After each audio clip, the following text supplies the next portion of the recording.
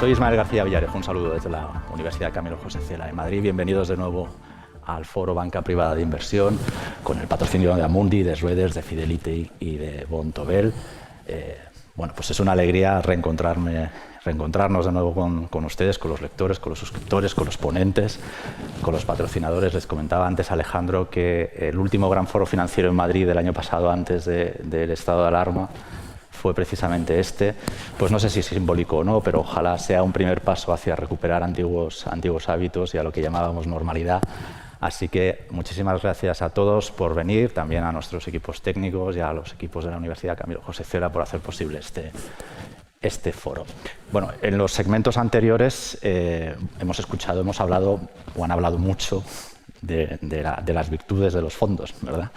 Vamos a profundizar en ello en los próximos entre media y 40. Vamos a ver si somos un poco más disciplinados, entre media hora y 40 minutos. Tenemos muchas cosas por repasar. Me gustaría incidir en ESG, en temáticos, luego si somos más o menos conservadores con el contexto actual, y espero pues que demos también claves, que compartáis vuestro expertise con nuestros espectadores y también con los lectores de la revista que están aquí hoy presentes. Así que sin más, pues empezamos. Os voy introduciendo, si queréis, a medida que vais respondiendo, así creo que es más fácil también para los que están aquí presentes identificaros. Pero sí que me gustaría que nos empezáramos haciendo una pequeña visión general que nos permitirá luego ir yendo hacia detalles y tengamos también un debate ordenado. Si os parece, pues Carla, por proximidad, empiezo contigo. Carla Vergareche, que es directora general de Schroders en España. Bienvenida, gracias. Nada, muchas gracias a vosotros por invitarnos y gracias a todos ustedes por estar aquí. La verdad es que es un placer estar en persona y no a través de una cámara como estamos siempre, y gracias a todos los que lo van a ver digitalmente. Pues Carla, empezamos por... Cuéntanos un poco las tendencias que estáis detectando en este arranque de año. Sí, pues nosotros lo que vemos es, en términos generales, un gran soporte para lo que es la renta variable, donde estamos positivos. Hemos incrementado las perspectivas de crecimiento para este año a nivel global. Sí que es cierto que en Europa las hemos bajado porque las vacunas y los encierros están durando más que en otras regiones del mundo que van más adelantadas en ese sentido, y creemos, como decían antes, que los bancos centrales entraron al rescate y han sido indispensables para mantener digamos, el bombeo y mantener las cosas funcionando, pero esto ha sido después seguido con políticas fiscales. Ahora está pasando en Estados Unidos un paquete muy importante por parte de Biden. Preguntabais antes por el paquete de reconstrucción en Europa, que debería llegar en la segunda mitad del año. Todas estas políticas fiscales también que están contribuyendo ahora son un nuevo soporte para los mercados, y vemos que las vacunas en algunos países más anglosajones, en Estados Unidos, por ejemplo, y en Reino Unido, están mucho más adelantadas y ya se están preveyendo que la actividad económica pueda volver a algo más parecido a la normalidad, ¿no?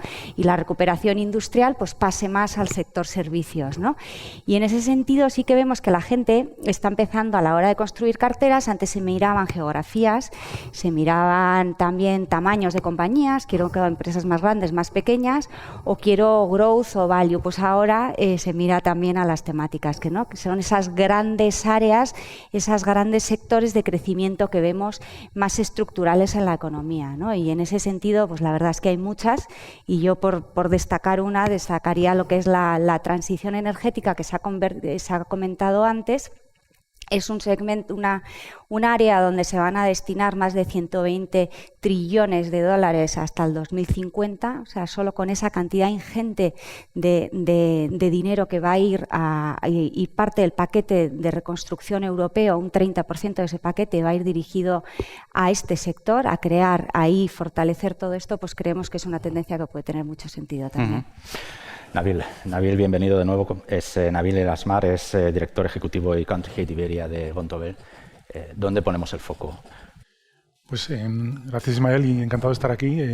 Coincido con lo que habéis dicho. Llevamos casi un año sin hacer eventos físicos, y nosotros somos una competencia muy bien avenida y solíamos coincidir mucho en lo que llamamos sarados del sector, en distintas conferencias, y es un sector donde echábamos de menos a la competencia y el vernos, por supuesto, a todos vuestros suscriptores y a todos nuestros clientes y a todos aquellos que nos vean por el streaming posteriormente. Nosotros coincidimos con lo que ha comentado Carla, en el sentido de que creemos que 2021 es un año para favorecer los activos de riesgo.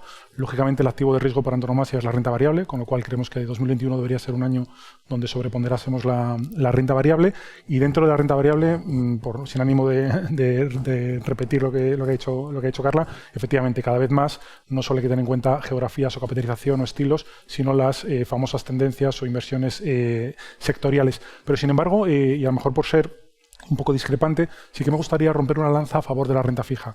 Se ha comentado en la mesa anterior que la renta fija vive un periodo complicado, y de ahí que se estén buscando alternativas en inversiones alternativas, líquidas e ilíquidas.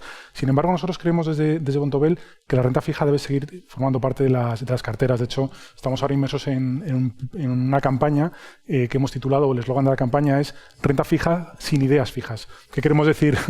Un juego de palabras, los de marketing también tienen que poner su granito de arena, ¿no? ¿Qué queremos decir con esto? Que al final es verdad que no vale aproximarse a la renta fija como históricamente lo hemos hecho, porque el punto de partida es tremendamente complicado. Tenemos los tipos de interés en cero, los diferenciales de crédito por la parte privada también súper comprimidos, se abrieron durante la pandemia, durante todo el año 2020 se han reducido muchísimo, y empezamos a ver, sobre todo en Estados Unidos, que empieza a haber subidas de la curva. Empezamos a ver que el bono a 10 años, como día a día, semana a semana, está subiendo. Es verdad que este punto de partida es explosivo para la renta fija, porque no tienes cupón que te proteja y, sin embargo, la duración te puede hacer daño. De hecho, haber estado invertido en renta fija de gobierno americano a 10 años, con duración de 10 años, ahora mismo el conjunto del año hubiera supuesto que perdieras casi un 10%, lo cual no es lo que uno espera a priori de la renta fija. Por eso decimos que hay que aproximarse a la renta fija sin ideas fijas. Entonces, ¿cómo? Con mandatos flexibles, estando en este caso, por ejemplo, ahora cortos de duración y largos de crédito, y luego balanceando la cartera en función de cómo evolucionen los activos, y luego, por ejemplo, buscando nichos de mercado de la mano de especialistas donde siga habiendo valor. Hemos tenido en la mesa anterior la flor y nata de la banca española. Hay un tipo de activo de renta fija que es el crédito subordinado, es decir, AT1, COCOS, renta fija emitida por bancos, que sigue dando cupones interesantes y son entidades altísimamente capitalizadas. Tenemos renta fija emergente. Es decir, al final un poco, no me extiendo más, Ismael, por no acaparar el tiempo, pero lo que queremos decir es un año de renta variable, pero no quiere decir que debamos olvidarnos de la renta fija como compañera de margen. Nabil, pero es que me lo estás poniendo fácil para que te repregunte. Todas las voces nos están en foros, en streaming anteriores de la revista, por ejemplo, el CIO, nos estaban diciendo que este es el año de la renta variable. Por tanto, hay una corriente casi de opinión, si me permitís, hacia ese tipo de referencias, ¿no? ¿Cómo se puede contrastar esta idea que se puede instalar fácilmente entre vuestros clientes con, bueno, ya nos has dado unos argumentos, pero no sé si son suficientes como para combatir toda la corriente a favor de la renta variable que se está generando en la opinión pública inversora? No, yo he empezado mi intervención diciendo que desde Vontobel pensamos que es un año en el que hay que favorecer los activos de riesgo, pero al final, y han estado previamente nosotros vemos al toro, y lo digo con todo el cariño, que es el cliente desde la barrera, porque entre el cliente y nosotros están las entidades financieras que han estado representadas en la mesa anterior. Entonces, lógicamente, al final es muy difícil hacer recomendaciones genéricas, porque cada cliente es un mundo y cada cliente tiene su perfil. Sobreponderamos los activos de riesgo, creemos que sigue habiendo valor en los activos de riesgo y que hay todavía recorrido. Simplemente lo que quiero decir es que no hay que tener 0% renta fija, lo que hay que tener es renta fija jugada de la mano de casas especialistas, como estas 4 que tenemos aquí y otras que no están aquí, que, por poner un ejemplo con números, que yo creo que es interesante. He dicho antes que, habiendo estado invertido en bonos de gobierno americano con una duración de 10 años, hubiéramos perdido un 8 o 10% en el año. Habiendo estado invertidos en un fondo flexible, sin dar nombres, por ejemplo, una gestora que empezase por V, hubieras terminado febrero con una subida del 1% en un fondo de renta fija flexible. Es decir, al final, y no toda una cartera de un cliente en general, salvo aquellos con perfiles muy arriesgados, debiera ser renta variable. pero no es contradictorio. Es decir, hay que sobreponer la renta variable, pero no olvidarse de la renta fija, sino jugarla sin ideas fijas. Sebastián Velasco, director general de Fidelity. No, es que no me consigo aprender vuestros, como nos conocemos, pero los cargos a veces son complicados. ¿Cómo lo veis? ¿Renta fija, renta variable? ¿No se excluyen? Es más...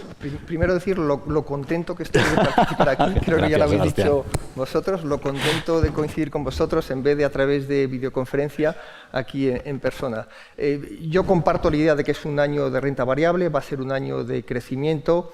Creo que la renta fija se enfrenta al reto de que ya no ofrece esa descorrelación que ofrecía en el pasado y eso hace su integración en las carteras un poco más compleja. Pero antes de entrar en consideraciones de asignación de activos, creo que hay que dar un pasito atrás y ver cuáles van a ser los condicionantes de este año. Y el primero, y yo creo que Carla ha hecho referencia a ello, va a ser las vacunas. El año pasado, por estas fechas, hablábamos aquí de que ya se empezaron a ver casos en China y algunos de los ponentes de las mesas decían que esto era como una gripe fuerte. Claro, ya entonces se habían cerrado los colegios en Japón. En el Museo del Louvre no se permitía que entraran turistas, en Italia no se podía ir al fútbol con público, o sea, ya había indicadores que sugerían que esto iba a ser algo más que una gripe. A mí me preocupa que estemos lanzando las campanas al vuelo un poquito antes de tiempo. Es verdad que tenemos vacunas, es verdad que podemos ver la luz al final del túnel, de lo que estamos hablando es de cuál va a ser ese calendario. Tenemos datos que dicen que algunas de las mutaciones del virus son preocupantes, de que desde luego las vacunas van a tardar en llegar al tercer mundo y creo que tenemos que ser un poquito cautos a la hora de valorar o de ser excesivamente optimistas en este 2021 por esa dependencia. Y la otra, que también has apuntado, es la dependencia de bancos centrales, de políticas monetarias y estímulos fiscales. Recordaréis que en el mes de marzo hubo una subida de tires preocupante que hizo que hubiera una fuerte intervención de prácticamente todos los bancos centrales que afortunadamente calmaron a los mercados. No sabemos lo que habría pasado si eso no se hubiera producido. Lo que es cierto es que tenemos ahora una situación en la cual hay una fortísima dependencia de las intervenciones de bancos centrales y de los gobiernos, un ejemplo de lo cual es lo que creo que se firma hoy, que es el paquete de estímulo de Estados Unidos, que si quieres luego comentamos, y que probablemente no se estaría firmando si no fuera porque a principios de enero las elecciones de los 2 escaños pendientes del Senado salieron favorables al Partido Republicano como resultado al Partido Demócrata como resultado de los votos en Georgia. Uh-huh. En este sentido, Sebastián, nos hemos desayunado esta mañana con unas nuevas directrices del equivalente al Ministerio de Sanidad estadounidense, relajando para las personas que se han vacunado pues los hábitos sociales en Estados Unidos. Parece que allí en Estados Unidos incluso ya han puesto una fecha a la vuelta a la normalidad por la propia administración Biden, que es Navidad de este mismo año. No sé si enseguida Marta recupero un poco el hilo, pero creo que son acotaciones interesantes. No sé si estáis observando también este plazo temporal de aquí a Navidad como algo válido a la hora de tomar decisiones con las cautelas que estabas señalando ahora. Yo te puedo decir lo que vemos nosotros internamente en Fidelity y es un nivel de cautela enorme. Probablemente proyectando la situación que a fecha de hoy se vive todavía en Reino Unido. Y desde luego en Estados Unidos lo que sí creo es que nos vamos a encontrar con que el ritmo de vacunación es más rápido que en el resto de los países desarrollados. Y de hecho, una gran parte del paquete de estímulo, de esos 1,9 billones nuestros o trillones de ellos, gran parte de eso está dedicado a ayudas a los estados para poder aplicar esas vacunas. No sé si Navidades es la fecha que tenemos que tomar como referencia o no. El fin de semana, hablando con un amigo, me decía si en septiembre podremos ir ya al Bernabéu a ver. Yo particularmente creo que no va a ser el caso. Marta, danos vuestra visión. También te introduzco correctamente, consejera delegada de Amundi Iberia. Bienvenida también. Muchas gracias. Vuestra visión general, Marta. ¿Dónde estáis poniendo el acento? Bueno, muchas gracias por contar con nosotros y, como digo, con todos los demás que lo han dicho, estoy encantada de estar aquí físicamente y además estar sin mascarilla.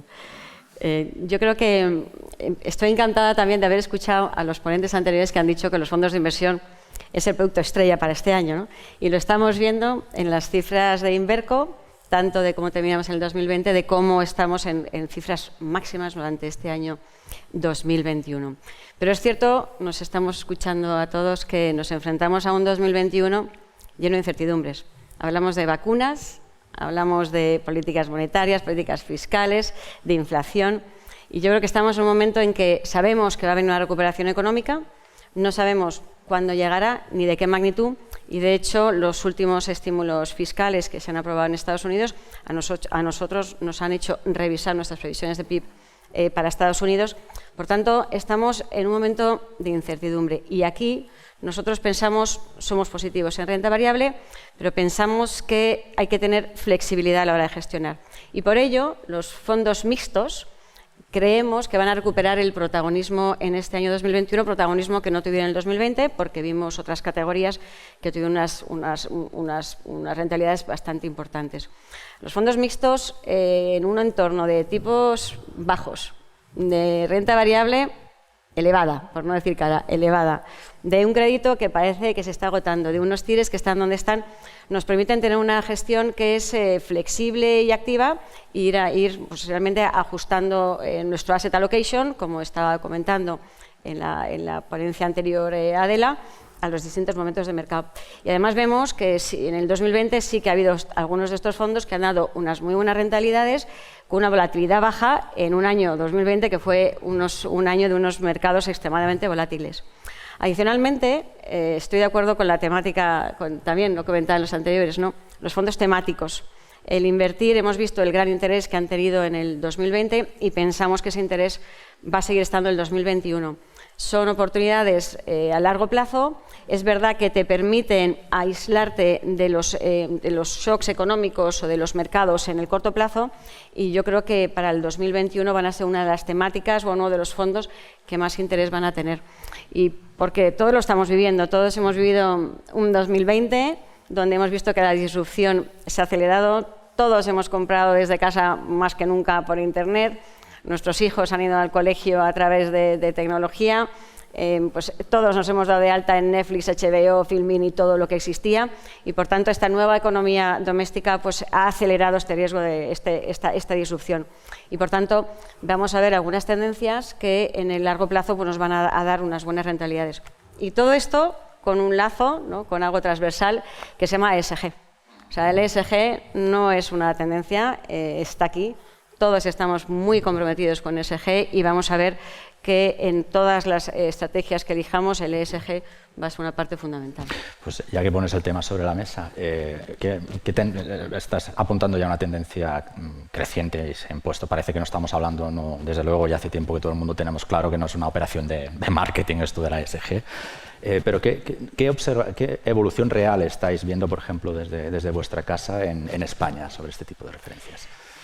En España, si vemos los datos de Spainsift, que yo creo que los últimos son del 2019, ya hay más de 285.000 millones invertidos en estrategias ESG, con un crecimiento, creo recordar, en la industria local de más o menos un 9%.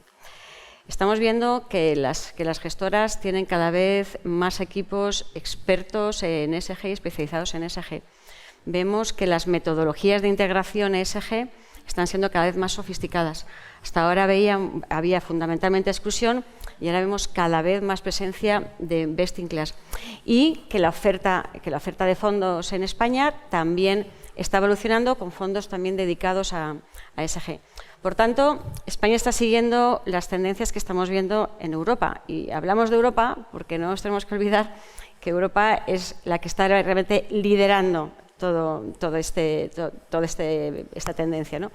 Y en Europa yo creo que se concentran el 70% de los fondos ESG del mundo está en Europa. Nosotros en Amundi vemos, la parte, ESG es un pilar fundacional. Fuimos socios fundadores de los PRI. Tenemos equipos dedicados de más de 40 personas y además hace 3 años comunicamos un compromiso bastante ambicioso de que en el 2021, es decir, este año, en el mes de noviembre, a finales de año, todos nuestros fondos iban a ser gestionados con criterios ESG. Lo cual, bueno, es una gran ambición, pero realmente es que creemos que es por donde va la tendencia en la industria. Ahora mismo tenemos nuestra propia metodología, damos rating a más de 11.000 empresas, votamos en más de 4.250 juntas, el 22% de nuestro patrimonio, la verdad que es impresionante, está en fondos SRI, 19.000 en cambio climático, y realmente pues vemos que es una tendencia que no va a parar, ¿no?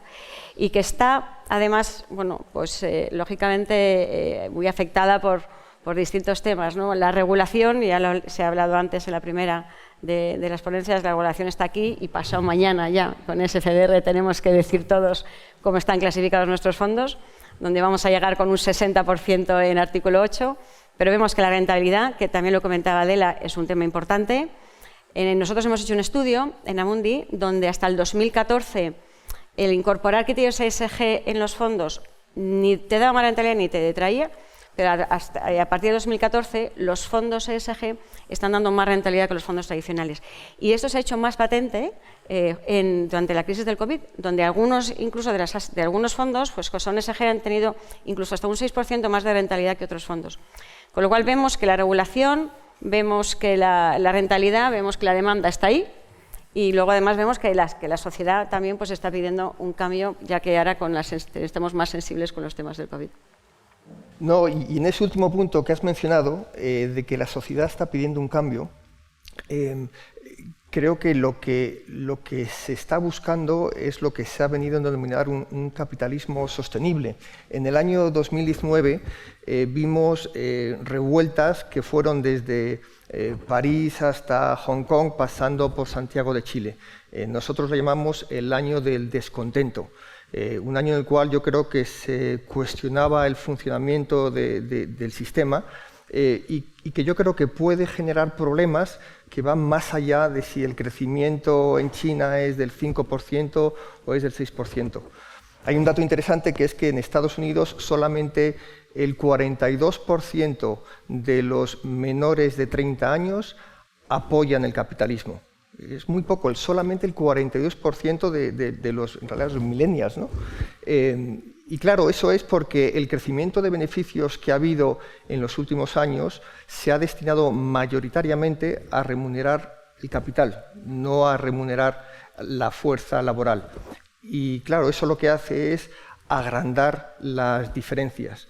Y claro, el argumento de venta del capitalismo es justamente el de reducir esas diferencias. Y si lo que hacemos es agrandarlas, pues va a ser un sistema que va a ir perdiendo adeptos gradualmente.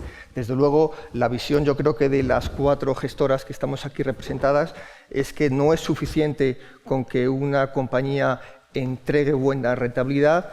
Además de eso, es necesario que tenga una actuación dentro de los parámetros aceptados, desde el punto de vista de cómo se comporta en la comunidad, en la coopera, en el medio ambiente y desde el punto de vista de gobernanza. Sí, yo en este respecto a mí me gustaría apuntar que yo creo que estamos viviendo una transformación en lo que es la industria, ¿no? O sea, no creo que la sostenibilidad es una temática, creo que es lo que está cambiando, es la raíz de cómo las gestoras miramos el mundo de la inversión, ¿no? Antes se comentaba que es importante mirar el retorno de las inversiones y es importante mirar el riesgo, ¿no? Y que el retorno esté ajustado al riesgo. Nosotros queremos, igual que las que estamos aquí, que hay una tercera dimensión, que es el impacto, que esos resultados tienen en los empleados, en la sociedad, en los clientes, en el entorno, ¿no? Entonces, esa tercera dimensión, que es la que estamos incorporando todos en nuestros procesos, es un cambio transformacional de cómo digamos, la industria de la gestión de activos, que es un catalizador de inversiones, que estamos viendo ese proceso, ¿no? Y esa demanda está viniendo por parte de los consumidores, que les importa. Los inversores quieren saber que, además de obtener retornos, quieren saber que esos retornos tienen un impacto positivo, ¿no? Porque los retornos solo te cuentan la mitad de la historia, no te cuenta cómo se han obtenido esos retornos ni qué impacto están teniendo. Entonces, esta tercera dimensión yo creo que es transformacional y esto es lo que está toda la industria ahora mismo en el proceso de aplicar. Con lo cual, esto va mucho más allá de una temática. Esto, por supuesto, que está aquí para quedarse, es una transformación que empezó hace años y que durará más. Lo que pasa es que yo creo que COVID y el año pasado fue un poco como un catalizador de todo esto, ¿no? Porque ahora importa más, digamos que aspectos sociales, que antes el impacto estaba más, mirábamos más la gobernanza de las compañías, mirábamos el impacto en el entorno, no se miraba tanto en la sociedad, en los empleados, ahora todo eso se tiene muchísimo más en cuenta y sí que hemos visto que ha sido el año pasado un cambio en cuanto a flujos, ¿no? Que apuntaba Marta y no solo en España sino que en Europa, donde el año pasado, pues cogiendo datos de Morningstar, se han alcanzado 1,1 billones ya en activos sostenibles, que es un récord histórico y un 52% más que el año anterior, ¿no? Entonces yo creo que estamos viviendo una transformación. No, yo por no repetir todo lo que han dicho mis compañeros, con lo que lo suscribo totalmente, ya no sé si ha sido Carla, Marta, que hemos dicho que esto que no es una tendencia, que no es una moda, que no tiene vuelta atrás. Quería ahondar en esa parte y también enlazando con la parte social que habéis comentado. Al final, si uno piensa cómo hemos cambiado como sociedad en los últimos, no sé, 5, 10, 20 años, al final los que nos dedicamos a la inversión no formamos parte de la sociedad. Entonces, quiero decir, al final la forma en la que las gestoras invertimos es también un reflejo de cómo evoluciona la sociedad. Uno piensa ahora, en nuestra cocina tenemos 5 cubos distintos para reciclar.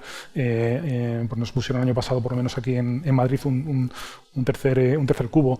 Ahora mismo, si vas a comprarte un coche, la palabra que el vendedor del concesionario va a repetirte hasta la saciedad es la palabra híbrido. Al final, todos nosotros, pero incluso con mucha más fuerza las generaciones más jóvenes, no consumen bienes y servicios de una empresa que no tenga una cierta responsabilidad social corporativa para con sus clientes, sus empleados, etc. Con lo cual, al final, no es un tema, no es una moda y ha llegado para quedarse. Y si a todo este cambio social le sumamos, y hemos tenido antes una charla específica de la parte legislativa y cómo ya en el borrador de MiFID III se va a preguntar específicamente, ¿no? por temas de ESG, pero si sumamos toda la parte regulatoria, tanto de las directivas de la Unión Europea y la transposición a las distintas jurisdicciones, como todo, y se ha mencionado también, como todos los grandes programas de estímulos fiscales y de inversión en infraestructura, fondos Next Generation y demás, al final tenemos un cóctel que hace que esto, efectivamente no tenga vuelta atrás y que al final yo creo que estamos todavía en una fase incipiente donde se ha mencionado hablar de flujos, ¿no? Distinguimos qué porcentaje de activos hay no ESG y ESG y qué porcentaje de los flujos va hacia activos ESG. Pero llegará un momento en que al final todo será ESG. Es decir, ya no estaremos hablando de qué es ESG, qué no es ESG. ESG será todo y simplemente al final volveremos a competir no por si yo soy más ESG que el de al lado, sino si la rentabilidad, riesgo de mi producto es más interesante o no que la de al lado, pero ambas serán ESG. Estoy obligado a haceros esta pregunta. Y por tanto os pido perdón por anticipado. ¿Pero qué debilidades tiene la ESG? Seamos sinceros. No te he oído, perdón. ¿Qué debilidades hay en la ESG? ¿Qué camino hay todavía por recorrer? Bueno, hay una palabra que ya se ha utilizado mucho. A mí no me gusta decirla porque es una palabra inglesa, que es la de greenwashing. Es el riesgo de que se presente como sostenible algo que no lo es. Y yo creo que hay... Bueno, para los que estamos en esta sala es muy difícil. Yo creo que ahí es donde entra la labor de las gestoras de inversión, que son las que tienen que hablar con las compañías y analizar y ver si efectivamente hacen lo que dicen que van a hacer. Es muy difícil tener esa certeza sin tener esa capacidad de interactuar con las compañías en las cuales invertimos. Y el otro riesgo es que, y yo creo que se ha apuntado esto también en la mesa anterior, va a haber muchísimo dinero, ya hay mucho dinero que está yendo hacia compañías etiquetadas como sostenibles, bien sea desde un punto de vista de integración, promoción o impacto, por utilizar la terminología que nos da SFDR. Eso va a generar burbujas, es decir, ahora hay compañías que están recibiendo dinero por ser sostenibles y cuyos modelos de negocio probablemente no sean sostenibles. Hay que tener cuidado. Sí, pero lo ha mencionado Marta cuando hablaba de las cifras de Amundi en cuanto a ESG. Has mencionado la cantidad de juntas de accionistas en las que vuestra compañía ha votado. Yo creo que eso es una parte muy importante. Al final, la labor que hacemos las gestoras internacionales no es solo invertir en lo que a día de hoy cumple todos los parabienes para ser perfectamente ESG, sino que es acompañar, hacer lo que los anglosajones llaman también un engagement, es decir, coger de la mano a las compañías y ayudarlas a ser más ESG, votando en sus juntas de accionistas, pero también dialogando e interactuando con ellas, es decir, intentando ser catalizadores del cambio. Entonces, yo creo que la pregunta es muy lícita de qué debilidades tiene la ESG. Probablemente más que qué debilidades tiene la ESG, yo creo que simplemente nos encontramos todavía en una etapa incipiente para todo lo que tenemos por delante y probablemente haya muchísimas cosas que mejorar desde las gestoras, desde los partícipes, desde los clientes, pero la única debilidad es que todavía nos queda mucho camino por recorrer, pero no le vemos personalmente el lado negativo, más allá de evitar catalogar como ESG lo que no es ESG. Es verdad que eso abre un debate también interesante, que es el tema de las metodologías. Al final, nosotros somos gestoras de fondos, hay también actores que se dedican a, por ejemplo, las grandes agencias de calificación o lo que llamamos vendedores de datos, bases de datos que ponen también una nota ESG a las compañías, tanto a la parte de renta variable como a la parte de renta fija. Y, por ejemplo, han salido el año 2020 un par de estudios muy interesantes intentando comparar la correlación que existe entre las notas que una agencia de calificación da y las que da otra. Si tú coges, por ejemplo, la calificación crediticia de las 3 grandes agencias, al final la correlación es altísima. Es decir, puede haber una diferencia de un escalón, pero no te encuentras que una compañía sea AAA por una agencia y bono basura por otra. Eso no ocurre. Sin embargo, todavía estamos en una fase incipiente y tenemos mucho que mejorar. Esa es quizás la parte débil, que tenemos muchísimo camino por delante, pero al mismo tiempo es un reto y es apasionante, ¿no? Bueno, otra manera también de fiscalizar la ESG es leer Social Investor. Entonces, que os recomiendo que lo hagáis. Hemos empezado, habéis apuntado temáticas al inicio, habéis solo apuntado a la palabra. Vamos, si os parece, a desglosarlas. Adelante, Carla. Pues yo voy a resaltar la que comentaba antes, que era la de... Hay muchas, ¿no? Yo creo que todas son válidas. Yo creo que hay que simplemente ver con cuál se identifica mejor el individuo, porque esto también va muy dirigido a que cada uno invierta en aquellas áreas, uno que personalmente quiera tener un impacto en ellas, o que también encajen en su cartera y que su asesor le recomiende, porque cada una tiene un bias, como dicen los ingleses, un sesgo hacia un sector determinado, y en función de eso, pues si uno es tecnológico, tiene obviamente mucho sesgo tecnológico o healthcare o tal. Nosotros estamos viendo, como decía antes, que la transición energética se va a ver favorecida por todo lo que estábamos comentando aquí. Se necesitan 120 trillones de inversión de dólares hasta el 2050. Vemos que la economía se tiene que descarbonizar, se va a descarbonizar por regulación. Vemos que además las energías renovables, en particular, por ejemplo, la solar y la eólica, ahora mismo son más baratas de generar que las energías fósiles, y creemos que eso es un cambio de paradigma, porque eso no era así, y eso va a ayudar a catalizar el cambio. Vemos que el consumo eléctrico va a subir mucho dentro del mix. Si os hacéis una idea, un coche eléctrico que hace 13.000 kilómetros en un año consume la misma electricidad que una unidad familiar de 4 personas en un año. O sea, el consumo eléctrico va a subir mucho. Hay que invertir en toda esa canalización. Ya no es solo la energía renovable, la solar, es toda esa infraestructura que se necesita para esa canalización. Todos esos puntos de recarga, que también la Unión Europea va a invertir en puntos de recarga para los coches eléctricos. Toda esa infraestructura va a generar un cambio también transformacional en cómo se consume la electricidad, en la energía, en cómo se distribuye, en su infraestructura, en toda la cadena de valor, ¿no? Entonces nosotros creemos que ahí hay una gran oportunidad de inversión. Marta, las ganadoras. Bueno, nosotros pensamos que, como decía antes, que los temáticos van a seguir teniendo un gran interés por parte de los inversores. De hecho, pensamos que esta polarización que está habiendo entre la renta variable tradicional y los temáticos se va a mantener. Si vemos algunos datos, si los temáticos representan más o menos un 3% del total de los fondos de renta variable en el mundo, en el año 2020 los temáticos crecieron un 20% y en cambio la renta variable tradicional decreció. ¿Por qué está habiendo este interés? Bueno, pues porque la inversión temática es una inversión de convicción. Es una inversión donde tienes la sensación de que estás invirtiendo con más probabilidad, porque es a más largo plazo. Por otro lado, como decía antes, la disrupción está aquí y se ha acelerado. Y esto, la disrupción no es algo que viene para 3 años, sino que se va a mantener.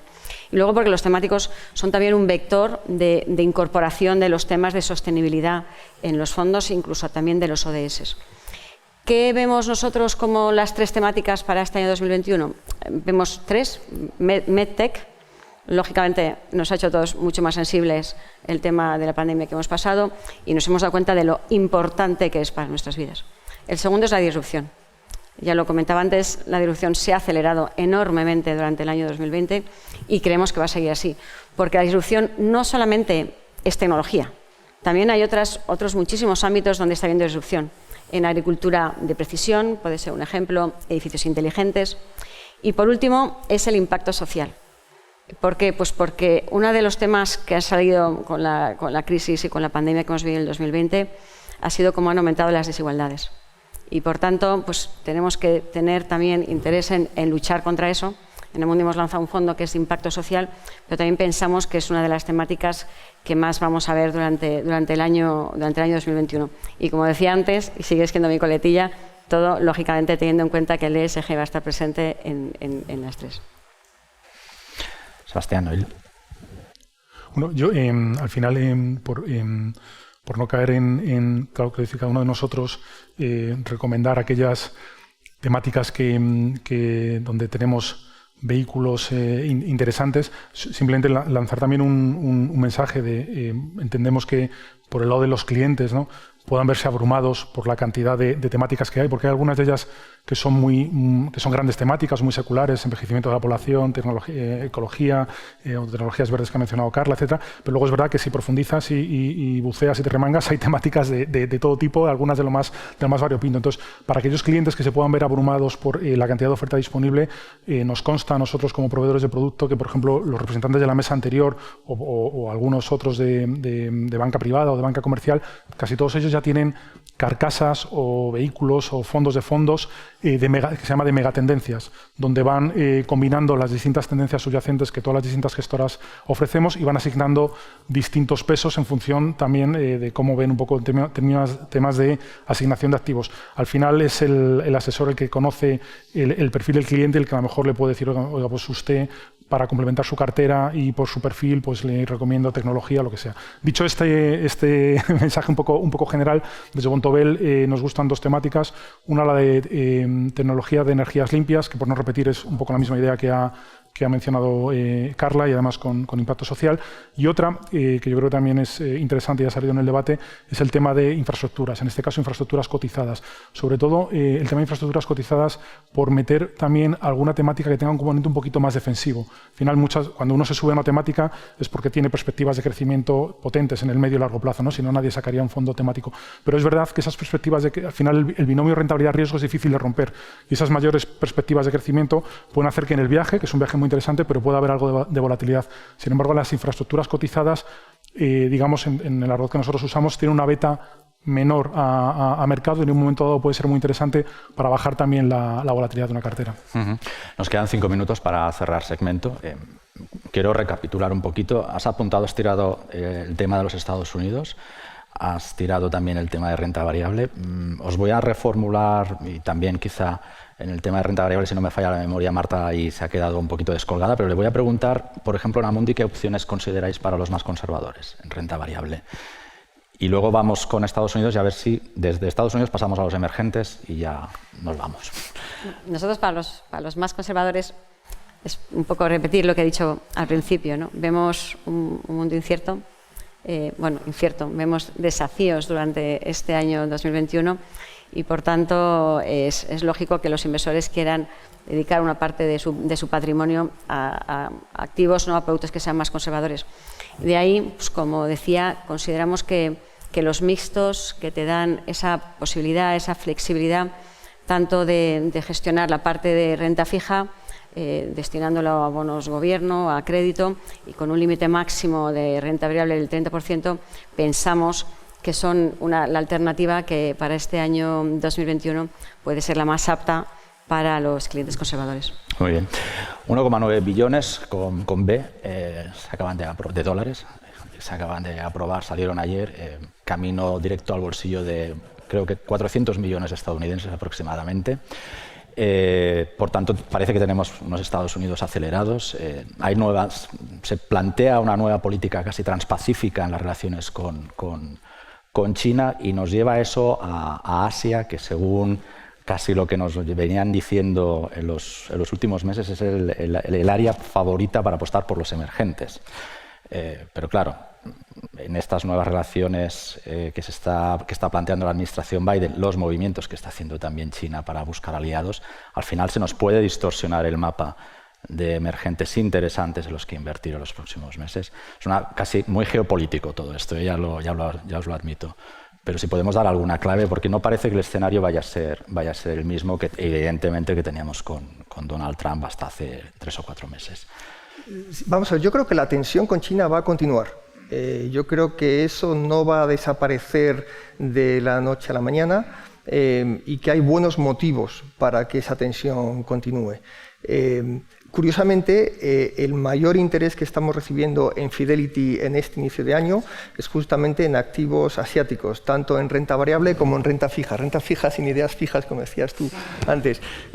Y es verdad que China presenta unas ventajas enormes a la hora de poder innovar. Tú hablabas antes de la temática disruptiva, pero desde el punto de vista del apoyo que tienen de su gobierno, de inversión en investigación y desarrollo, de control de la cadena de valor de segmentos estratégicos, de acceso a datos, donde ahí, como sabes, el tema de la privacidad de datos se ve de forma muy distinta a cómo lo vemos nosotros. Es que está en una situación privilegiada y yo creo que buena muestra de que están muy capacitados para innovar. Y antes se decía que lo que hacían era solamente copiar. Puede ser que eso fuera el caso antes.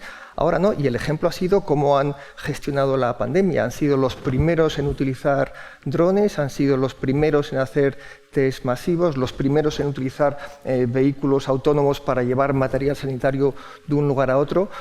Hay motivos auténticos para pensar que en Asia y en China concretamente vamos a ver mucho crecimiento y muchas oportunidades. Y también es cierto que hay otros países que se van a beneficiar de esa situación, pero desde luego el país protagonista va a ser China.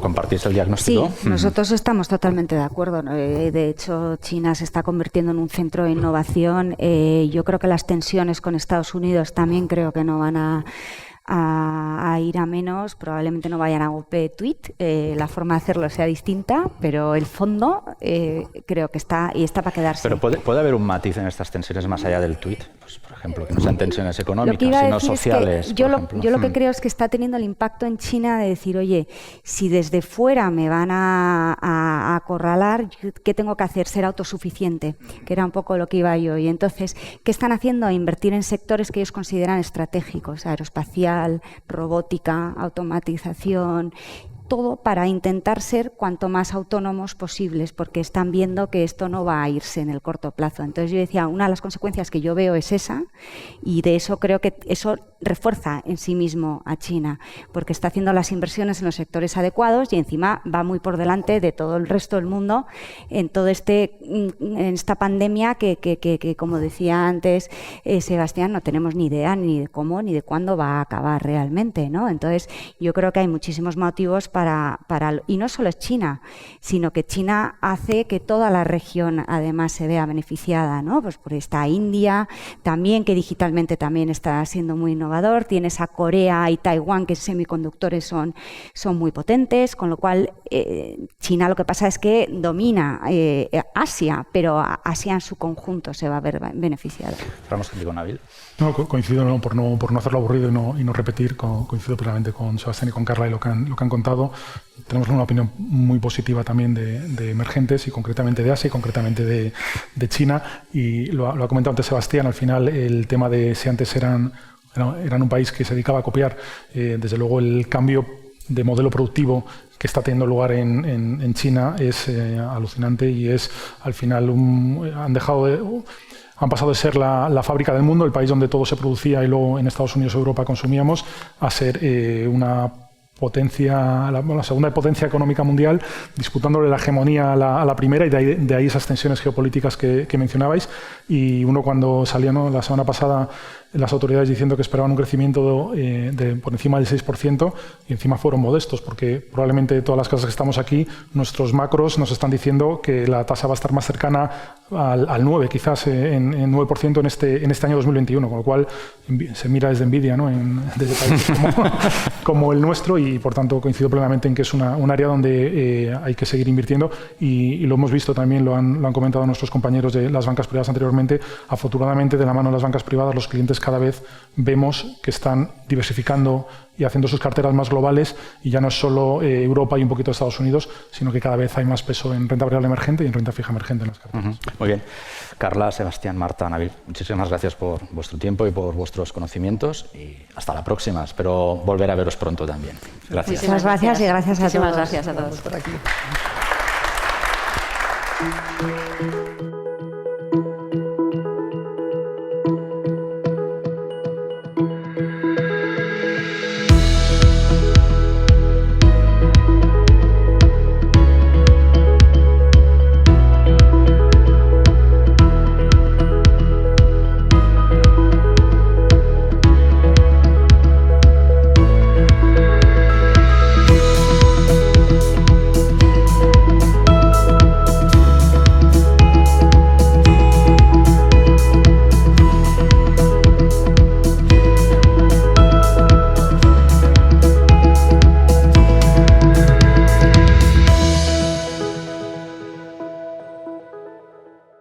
Pues nada, estamos con Ignasi Vilarsao de MyInvestor. Ignasi, bienvenido. Queremos analizar el papel de la digitalización en banca privada. Bueno, tus conocimientos ahí son interesantes. Comentaba antes Alejandro que ha habido una disrupción durante el año de la pandemia dentro del sector de la banca privada. No sé si tiene que ver mucho la digitalización en esta disrupción que hemos detectado en el segmento. Sí, bueno, primero de todo el mundo dice que le gusta que sea el primer evento presencial. Yo lo mismo digo, acabo de trasladar a España con mi familia, o sea que es mi primer evento en 15 años en España. Caramba. Estoy muy contento. Antes, como le comentaba Ismael, estaba con una gestora que no está aquí, pero que también es bastante importante, y estoy muy contento de unirme a la familia de Ambank MyInvestor en el sector de banca privada y más affluent.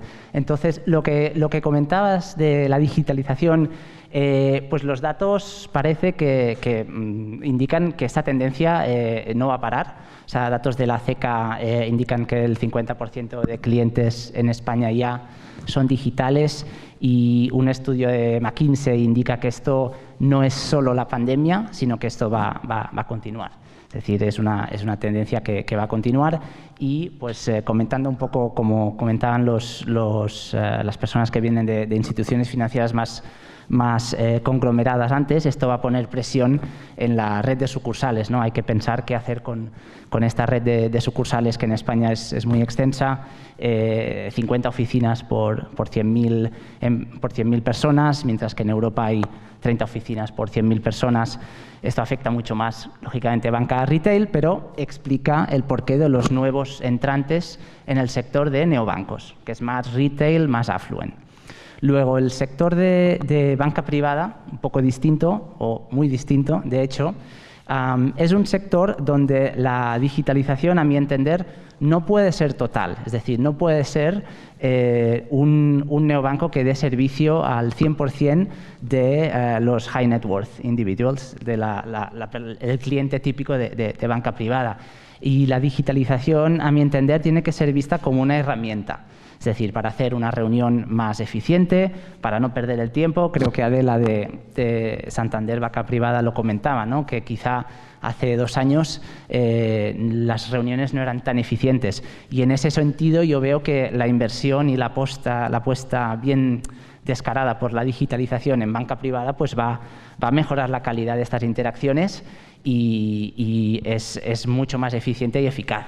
Y distinguiendo bien los segmentos, donde más affluent y retail, eso sí se puede transformar en un cliente digital 100%, banca privada seguramente no tanto. Pero a partir de aquí, de esta mejora de las relaciones, ¿no? Porque también te quería preguntar, porque justo has introducido casi una respuesta a la pregunta que estaba, mientras hablabas, se me estaba ocurriendo, porque la digitalización con banca privada prácticamente parece contradictoria, en ese sentido, prácticamente por el servicio personalizado que espera un cliente de banca privada, ¿no? Al margen de, por tanto, al margen de mejorar todos estos flujos con los gestores, ¿cuáles son los posibles siguientes pasos que pueda dar una banca privada para digitalizarse mejor? Yo creo que el Una vez acceso... has resuelto esto, ¿cuál es la siguiente asignatura? Sí, a ver, tenemos que ver todo el tema de firma electrónica, lo comentaban los ponentes anteriores. Todo esto, la digitalización, es la parte de procesos, o sea, quizá no es tan interesante, pero es muy importante para hacer las cosas más rápido y multicanal, o sea, hacerlo o en el PC o hacerlo en la app. Todo este backbone, este hueso de procesos, si se digitaliza, se gana tiempo. Luego, el acceso a la información, que tanto el banquero privado, si quiere, puede acceder a la reunión con realmente una visión global del cliente. Esto en tiempos A pues era todo en papel y tenías pues todas tus charts y tus cosas, pero ahora tenerlo todo pues en un iPad, toda esta digitalización pues lógicamente acelera la calidad de las conversaciones. Y estos son pues dos ejemplos, ¿no? Acceso a la información y procesos, por ejemplo. Pero ¿cómo animaríais a un cliente de banca privada a digitalizarse? ¿O eso ya le viene per se, le viene impuesto casi? No, a ver, es que el concepto de digitalización la gente lo confunde con no ver nunca a mi gestor Exacto. en persona. Pero esto no es realmente. Es como si, digamos, hace 40 años o cuando fuera que Bill Gates estaba con Microsoft, dijéramos... digitalización quiere decir dejar de hacer gráficos porque en vez de hacerlos a mano los hago en PowerPoint. No, son herramientas. O sea, al final, bueno, yo estuve en consultoría y seguramente hace 40 años gran parte del valor añadido era dibujar un gráfico. Ahora eso pues es una herramienta y el valor añadido es decirle qué te está diciendo el gráfico. Entonces, pues un paralelo en banca privada es este. O sea, no porque use herramientas más rápidas, más cómodas, que me dicen más, quiere decir que no tenga que ver a mi banquero privado. Porque al final el banquero privado, y la diferencia con Mass Affluent, es que sus problemas o sus situaciones no son estándar. O sea, si uno piensa incluso en RoboAdvisor o cosas así, eso está hecho para el 98% de la población, o el 95%, no sé, un porcentaje, que entra por el canal y es, entre comillas, un cliente estándar. Pero siempre hay ese porcentaje de la población que tiene cosas distintas, que tiene situaciones personales, de herencias, de combinación empresa y patrimonio, que es distinto. Y lo comentaba uno de los ponentes, o sea, si una persona de banca privada es un empresario, tienes que tener en cuenta, piensas en su portfolio, en su cartera ideal, tienes que tener en cuenta que, bueno, esta persona es una industrial que tiene pues mucha exposición a Brasil, porque él es exportador de materiales de automoción a Brasil. Bueno, pues esto hay que tenerlo en cuenta. Entonces, cuando tú construyes la cartera global de ese cliente, lo que no le vas a poner es un montón de emergentes a Latinoamérica, porque no tiene sentido en su portfolio global. Lo que no quieres es que su empresa vaya mal, por la razón que sea, y en el mismo momento su portfolio, su cartera, esté perdiendo dinero en otro lado.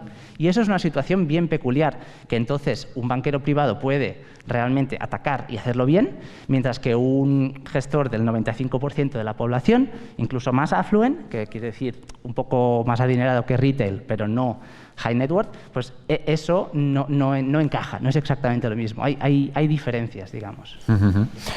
Estaba pensando, Ignasi, y igual que la digitalización ha reducido la barrera de entrada en muchos sectores, por tanto hay más competencia, ¿puede suceder lo mismo en banca privada o siguen existiendo las mismas?